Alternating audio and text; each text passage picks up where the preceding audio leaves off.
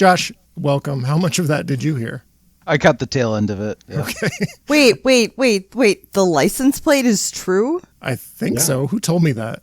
Josh. Yeah, Josh. Josh. To the best of my knowledge, that is true. Okay. So. Bossy. We're rolling. Calling all cat people. This is a real thing. Real thing.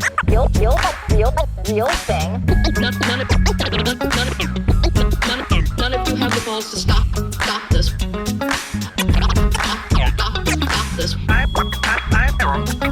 I've got plenty of time. I have nothing else going on today. We're in the Wedge neighborhood right now.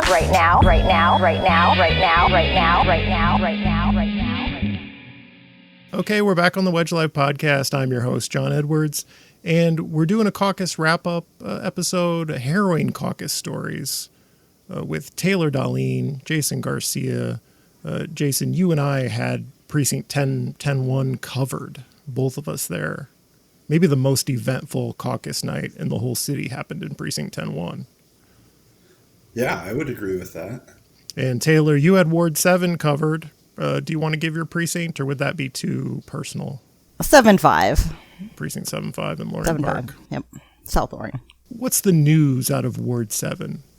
Kind of bleak for Emily Koski on the city side. That one kind of shocked me. And then what was really cool to see was that Fate had definitely turned out a lot of younger DSA renter types that I had never seen before in my precinct. So we had a lot of the same old guard, but a lot of much younger people. So that was good.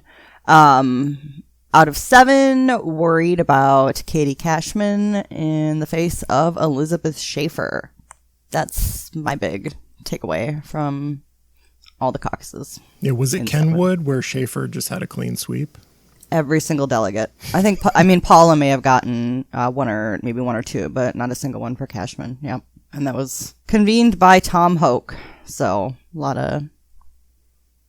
So my advice to people who are listening, I think I still have my battlegrounds as 5, 7, 8.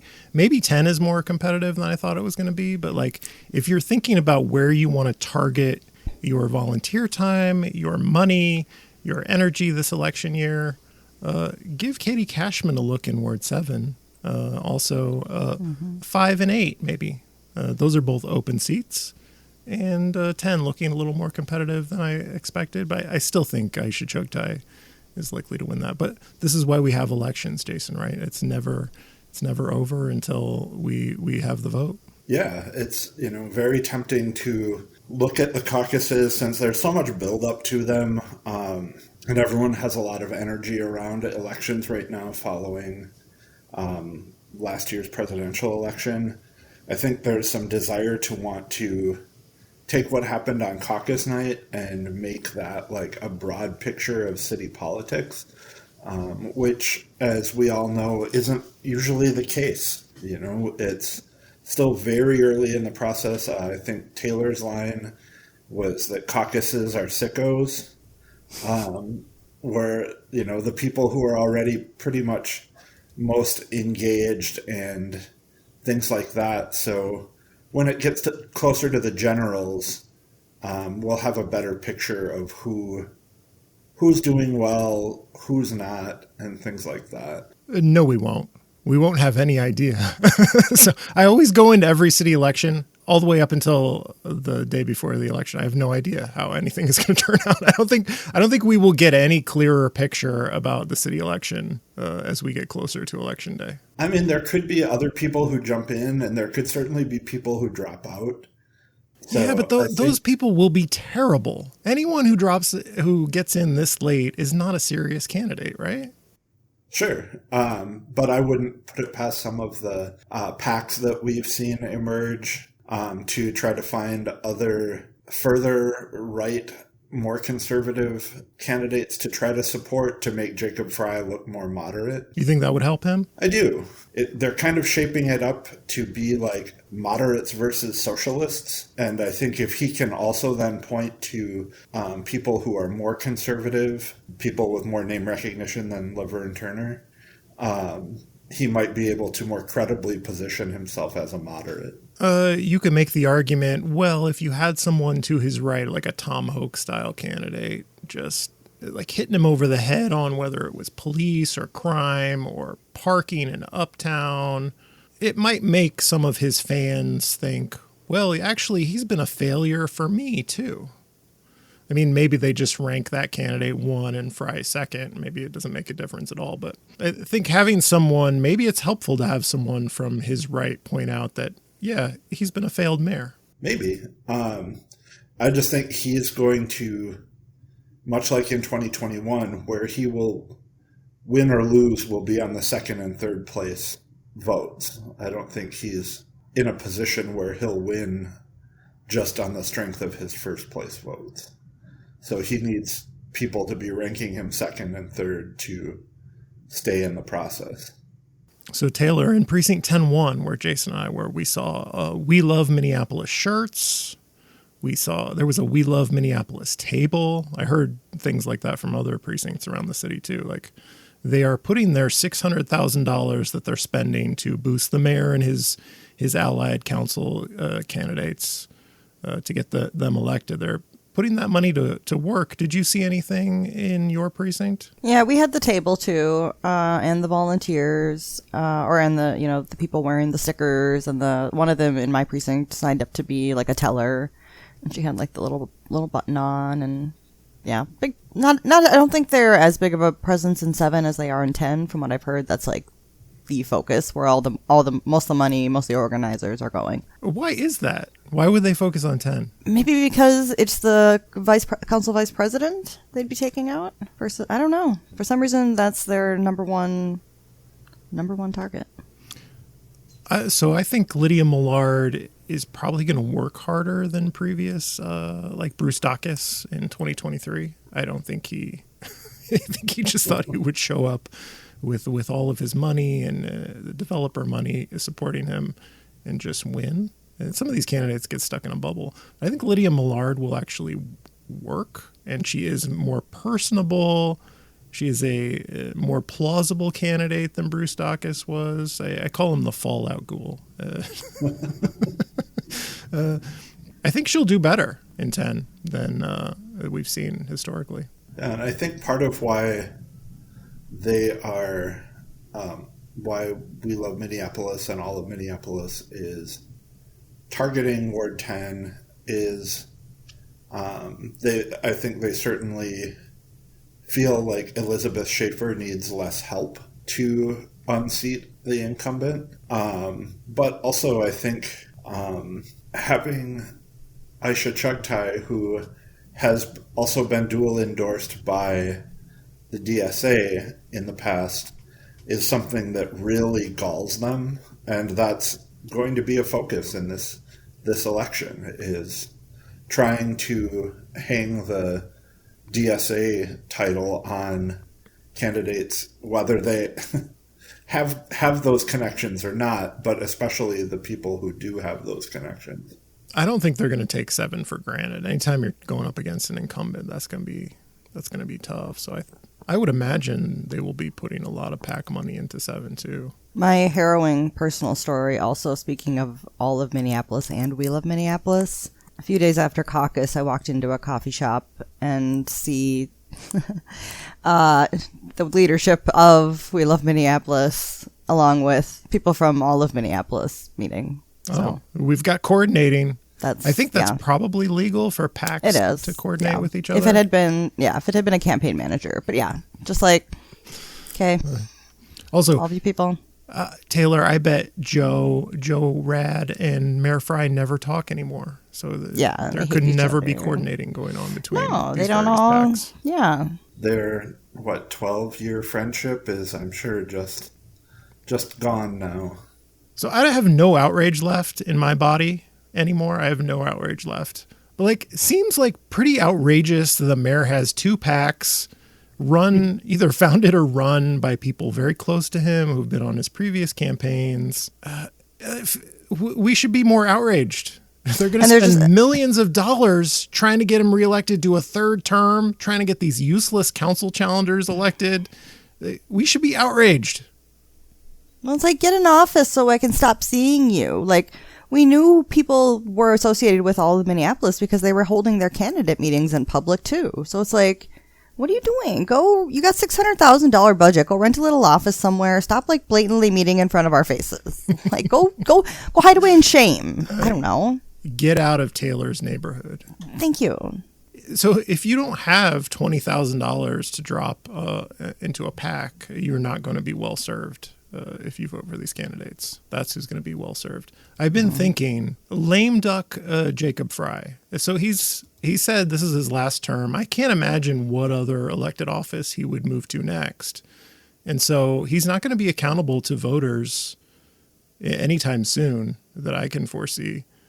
The people he is accountable to are the people who are funding his campaign right now, because they're going to be the same people who are funding his post-mayoral career afterwards. And maybe we shouldn't do that. Yeah, I agree. I think that he really dodged accountability with help from his friends on the Charter Commission in the 2021 election. And I feel like as the further we get from the Minneapolis Police Department, which he had solo executive control of at that time, murdering George Floyd, it's just getting less and less likely that he will ever face any repercussions for it. But there's still a chance with this election for voters to repudiate him and his actions, not just in 2020, but also since then. Can we go around? So I heard from Ward 11, I think Jamison Whiting did well on caucus night. Who else do we know that did well on caucus night? Jason Chavez did well on caucus night. I heard multiple reports from Ward 12 that Becca Thompson in her speech announced that she was an actress, and then like 30 seconds later started crying. Right. So I had multiple people tell me that one. I also heard she was crying. Okay. I assume Maureen did fine in that one. That's a funny one. I mean, I'm curious to know what happened in Ward 2. As far as how many uncommitted or uncommitted delegates or people who are maybe committed to go for no endorsement ended up coming out of that. In Ward 9, Taylor, maybe you can help me with this. I want to talk about the firefighter Marcus Jones, who has apparently been eligible to vote since 2016, but the lifelong DFLer. The lifelong, these so-called lifelong DFLer who has not voted in a single election despite being eligible to vote since 2016. And it also was the one who plagiarized some website content from a different candidate. The whole plagiarizing thing was kind of funny because Jameson and Marcus actually know each other. They both played in like opposing teams in high school. So yeah, he, plagiarized, took his caucus form, which, I mean, this keeps happening with all these candidates. Like Brian Strahan's website briefly linked to Elizabeth Schaefer's caucus form. So it's like, must be the same network of web designers. But then, after this, we pointed out this plagiarizing thing. John, you and I both have Marcus Jones's web designer in our DMs. Like he DM'd me when like Marcus Jones made a Twitter account, and he's like, "Look who just joined the conversation." I think he just replied to me. I don't know that he's gotten into my DMs. He did reply to me, I think, though. Yeah, he's only, and I'm just like, oh, okay. And then, yeah. Imagine what it says about you as a candidate that you joined Twitter in 2025. So that's fine, Jason. I'm not going to judge anyone for having avoided Twitter for most of their life. I will judge them for not voting in some of the most consequential elections of maybe the country's history. Our slow roll or maybe fast roll into fascism here. Just not having any opinion one way or the other, not wanting to weigh in. Just like there's a lot of candidates who seem like somebody is forcing them to run for office. Like it never would have occurred to them we even have a city council, and yet they are running for city council because someone suggested to them, a very, very misguided person suggested maybe they should run. And like, oh, okay, I will. And I don't think that that's a recipe for a good council member. Yeah, a lot of the ones moving, like Brian Strahan in Ward 1, that, also doesn't live there. And it's just like, why? What is your, you have no involvement in politics. What are you doing? Just feels like just pluck somebody. Yeah, I guess at least this year in Ward 9, they found somebody who lived in the ward first and then tried to fill them in on being a candidate after. So it's sort of the reverse Mickey Moore this time.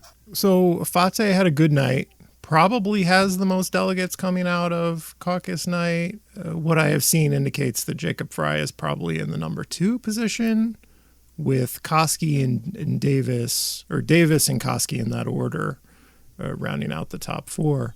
I would have hoped to see Davis and Koski do better, and the Fate people are excited.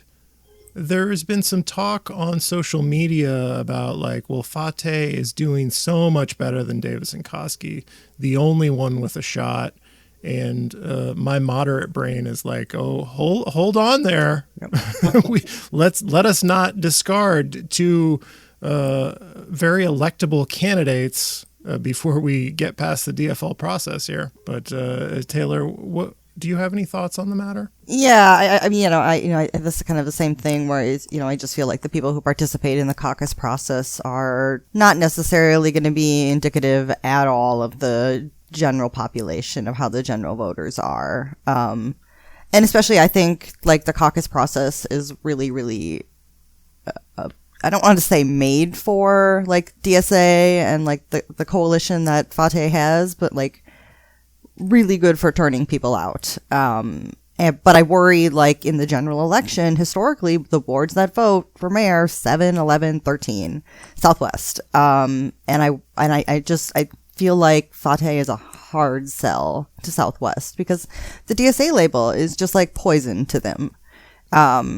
So, I do think if we can mobilize a lot of young renters, first time voters, just get those numbers out. Maybe you can overcome Southwest, but I don't know. I think he has a good shot at an endorsement, but I just worry about the general. Yeah, the DFL endorsement process brings out people who are super, super excited about their candidate, and that describes Omar Fate, but maybe it doesn't translate necessarily as well as it might for Davis and Koski in the general election. I would expect them to do much better than they have in this process, in other words.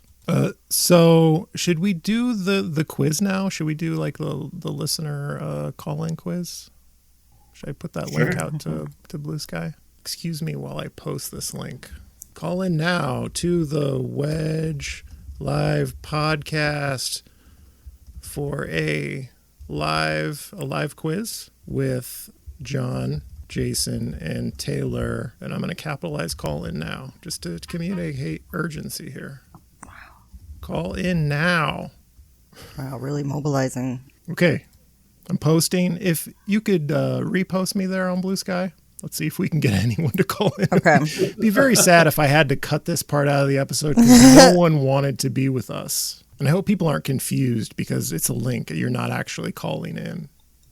I'm trying here.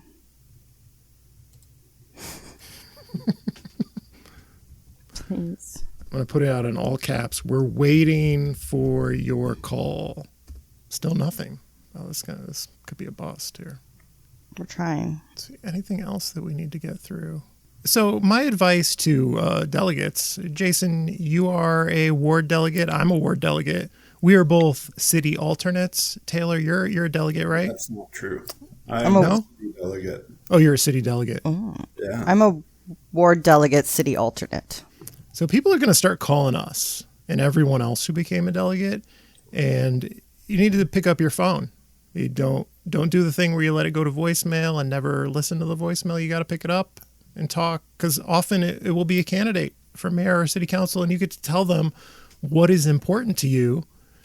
And maybe that, in my case, that's streets and transportation. But whatever issue is important to you, this is your time to get in their ear and tell them what they should be doing to win you over. I can't believe nobody's calling in. Conrad said it's broken. I tried to enter. Really? It's broken? That's what Conrad said. Well, it's time to just put your phone number out there, John. I should. Oh, geez. Everyone's sending me error messages, screenshots of error messages. This is going to be the most engaging content you've ever published. All of us other devices trying to make this link work. Conrad is trying to call me. I don't know what I'm supposed to... Tell him to call me, and I'll do it. We will take Conrad from my phone into my microphone. That's what we'll do. This might be some sort of conflict of interest. He was in charge of putting on these caucuses. Hello, Conrad. Can you hear me? I can hear you. Can you hear me? I am signaling in. We're on a signal chat. Did you know that? Well, of course, Conrad. I answered the phone. Yeah. So you're live on the air, Conrad, and so this is a little quiz, and there's going to be a prize. So are you ready? It's a local politics quiz, themed on the DFL process. Well, I hope the prize can get a PCR refund. That'd be great. So what the prize is that you a dinner with Jason, and Jason will pay, and you can arrange those details via DM later. That's between you and him, but that's the prize. Okay. I'm ready for the quiz. Okay. So which of these Minneapolis election year stories is not true? Okay, so which story did not happen? That's what we're answering here. There's been a lot that's happened, so this might be a hard question. That's true. And I want you to do this Who Wants to Be a Millionaire style, where you run through your thinking on each one. Okay? Okay, very good. So, number one, the story could be true, maybe it's not. Ward 8 candidate Josh Bassay drives a Mustang with license plate Bassay, and that's spelled Baasay. Okay. That's number one. Here's number two. John Edwards, ran into Ward 7 candidate Elizabeth Schaefer biking home on the new Hennepin bike lane, and we said hi, and we had a nice chat. Okay. Number three, Ward 7 candidate Paula Chesley was late to a caucus site because council member Katie Cashman would not let her in the building. Okay. And number four, Precinct 10-1 went so long, people started taking milk from the Whittier Elementary lunchroom to keep themselves going. Interesting. So two of those I've heard because, of course, I listened to some of the Wedge Live podcast, as many of our avid listeners know. I remember that you said Elizabeth Schaefer was actually biking, I think you said, and had her bike helmet on. So thank you for always wearing a bike helmet. And so I know that one is true. I also heard something about entering the building or something. I don't have any way to verify that, but I know I've heard something along that. So I'll say the one that I think your question is, which one is false or something? Yeah, which story did not happen? Okay. I would say the one that's probably most likely to be false would be the milk cartons, because I'd imagine that they'd have, those things locked up probably. Okay, Jason, tell Conrad what the results are here. So, Conrad, John played a trick on you by including 4 true stories. Every single one of those was reported to happen at caucus night this past week. Jason says every one of them was true, actually. That was a trick question. That was a cruel trick. Okay, well... They were all true. I guess I don't lock my refrigerator. Okay. Milk jacking. I have been places where there's refrigerators that are locked, so I know that can be a thing. Well, Conrad, thank you for calling in via Signal. So there's no lunch then? Everybody's a loser? That is true. I'm sorry. It was a trick question. There was no way for you to win this. Okay, well, very good. Well, I hope to get some tacos with people in the future, and thank you for having me on the podcast. Well, thank you, Conrad, and we will talk to you later. That's Minneapolis DFL chair Conrad Zbikowski. There we go. So it worked out. We were able to do our quiz. I love that we put Conrad through all of that just to tell him that John made a trick quiz. Thanks to Conrad for calling in, and now we're going to call out. I figured we would call Josh Martin just out of the blue. We haven't told him that we're calling, and see if he's available to take our caucus questions, our convention questions. Let's see if he's available. Are you ready, Taylor and Jason? Ready. Yeah. Let's see if he picks up. He's often busy with his spreadsheets. Maybe he's not there. Hello? Who is this? Josh, this is John from the Wedge Live podcast. I'm here with Taylor and Jason. Are you available to take some burning caucus and convention questions? I mean, I was eating dinner, but I guess I can take a few minutes to answer some questions. Okay. Well, thank you. Thank you. What should people expect at the ward conventions coming up, Josh?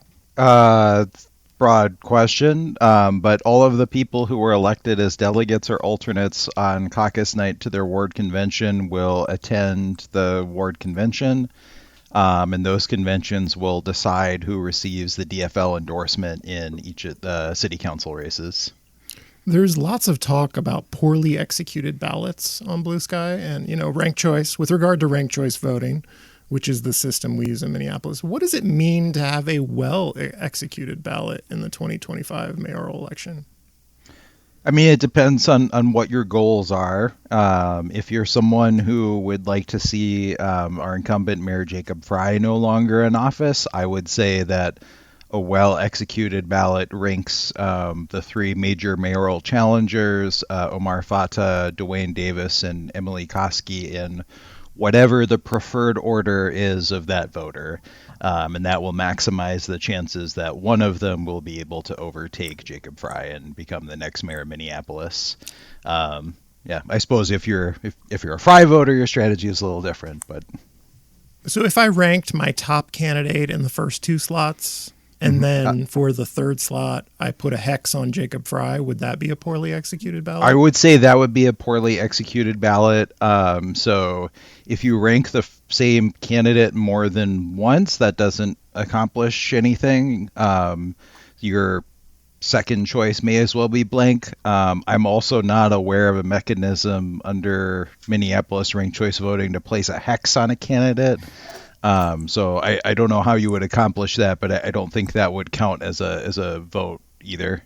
Would voting for Jazz Hampton be a poorly executed ballot? Well, I will at least say Jazz Hampton is a candidate who is running for mayor who is not Jacob Fry. So that would be expressing your opinion that Jazz Hampton should be mayor. So that's a little better than the example you just gave me.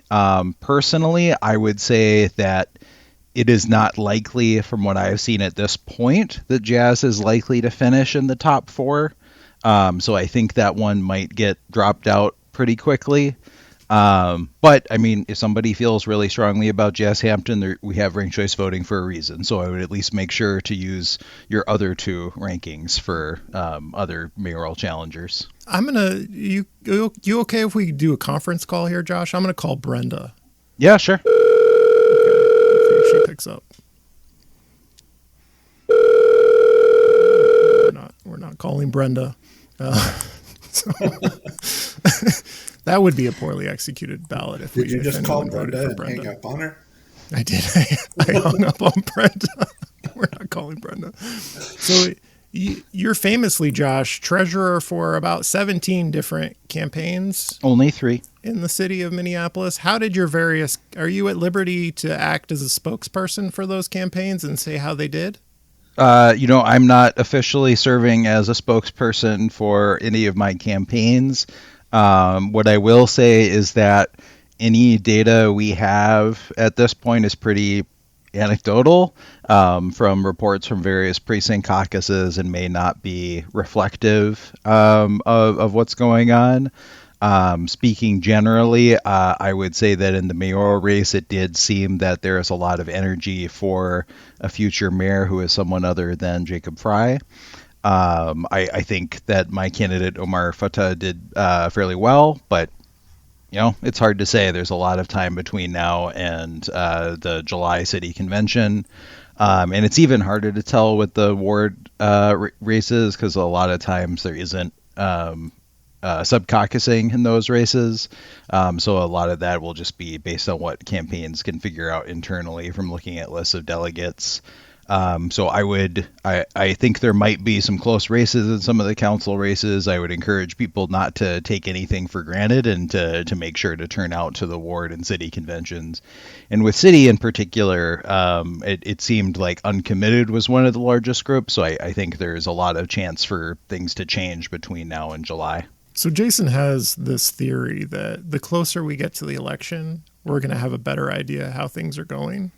But I, on the other hand, think we will still have no idea what's happening the day before the election.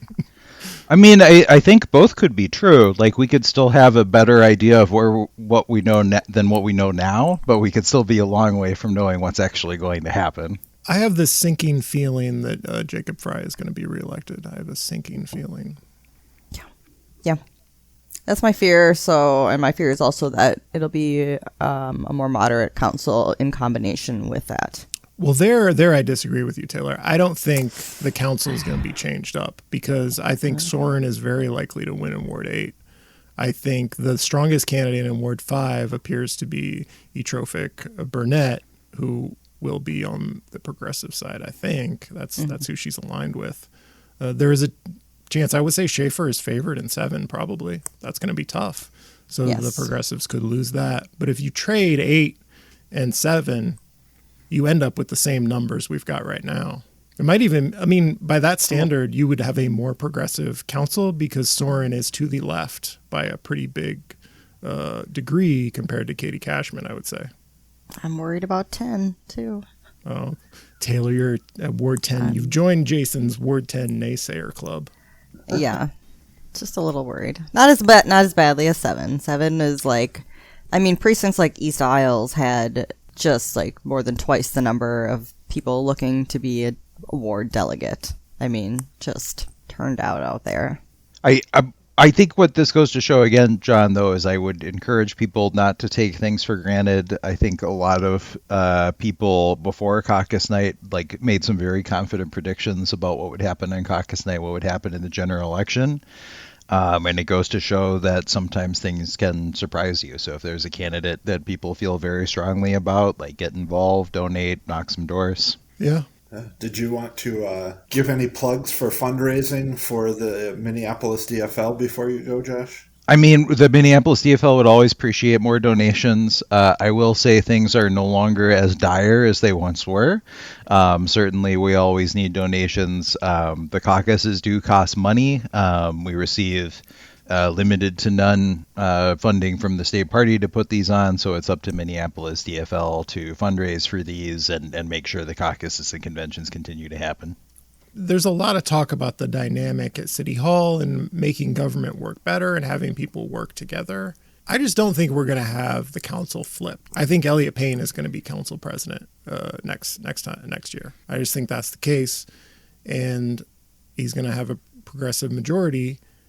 And we're either going to have a different mayor who works differently, or we're going to have the same mayor and it's going to be the same dynamic. So if people are wanting a change, it's going to come on the mayor side. We're going to have a progressive council, I think.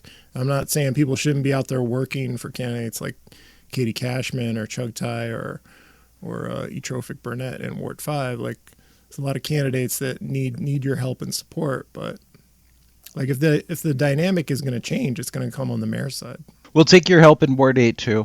We shouldn't take any race for granted. I'm taking Soren Stevenson for granted. Did you hear that Josh Bassett drives a Mustang with the license plate Bassett? I have heard this. Yeah. Do we have any other grand conclusions from caucus night before we depart? I feel like we always end up saying this, but it's not an easy process. It's caucus night is for nerds and sickos, and you can't just expect to be done in an hour. Sometimes maybe by a miracle that happens, but you really have to plan for it to be a battle of attrition, and you have to be pretty committed to stick through it all. I got home after 11 p.m. on caucus night. I stayed for a little bit and ended up chatting with a reporter from NPR and helping our convener, Sam Doughton, clean up a little bit, kind of do some sweeps to make sure that nothing was getting left behind. So yeah, it's, people in Minnesota really have a love-hate relationship with caucuses as a function. So I think, it's important to be involved, but know what you're getting into. And just shared my screen. That's what Taylor put into the document. It said funny photo of Josh. I don't know what you did to it here. Right. That is the photo we will be using for your call-in, Josh. Oh, great. It's terrifying. It'll be a telephone emoji next to your head because we called you. We interrupted. That's right. Dinner. That's right. You called me. Yep. Yep. Right during dinner. Okay. This was a very odd episode of the Wedge Live podcast. I don't know how I'm going to edit it together. We had so many phone calls to get through, technical difficulties. I feel like we were all very low energy. We were also going to go over the convention schedule. Yeah, Josh, give us the convention schedule. Yep. Sure. So there's a lot of conventions coming up. The earliest are in just under 2 weeks from now. Saturday, April 26th, there will be 3 ward conventions that day. Ward 1, Ward 6, and Ward 13. On Saturday, May 3rd, there will be Ward 2, Ward 4, and Ward 12. Sunday, May 4th, there will be Ward 5 and Ward 8. Saturday, May 10th, will be Ward 3 and Ward 7. Saturday, May 31st is the last of the ward conventions with wards 9, 10, and 11. And then Saturday, July 19th and Sunday, July 20th will be the city convention, mayor on the first day, and park board and BET on the second day. And Taylor, you and I are alternates of the city convention, which means we get to turn the alternate section into like a temporary studio for the podcast. We will hopefully be live streaming the whole day. Interview everybody. Yeah. All the alternates. Alternate jail. We could force the mayoral candidates to come to us and do like 5-minute interviews. I mean, you really shouldn't be an alternate. It's kind of like, what's going on here? Mm-hmm. Yeah. I should force And I would like to remind people that if they're attending their local ward convention, we have committed to have people on the ground at each convention. That's correct. So, if you're a fan of the podcast, feel free to stop by and talk to us. Let us know what you think of the job we're doing. This is right before our annual performance reviews, so customer compliments go a long way for getting raises. Mm-hmm. Yeah. It's true. All of my employees are up due for review, and raises or demotions. Oh shit. Okay, this has been the Wedge Live podcast. I'm your host, John Edwards. Thank you, Taylor Darlene, Jason Garcia, Josh Martin. You can go back to your dinner. Thank you for listening. This is a real thing. Real thing.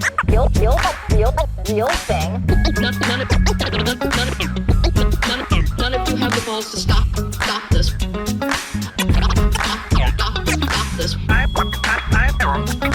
I've got plenty of time. I have nothing else going on today. We're in the Wedge neighborhood right now.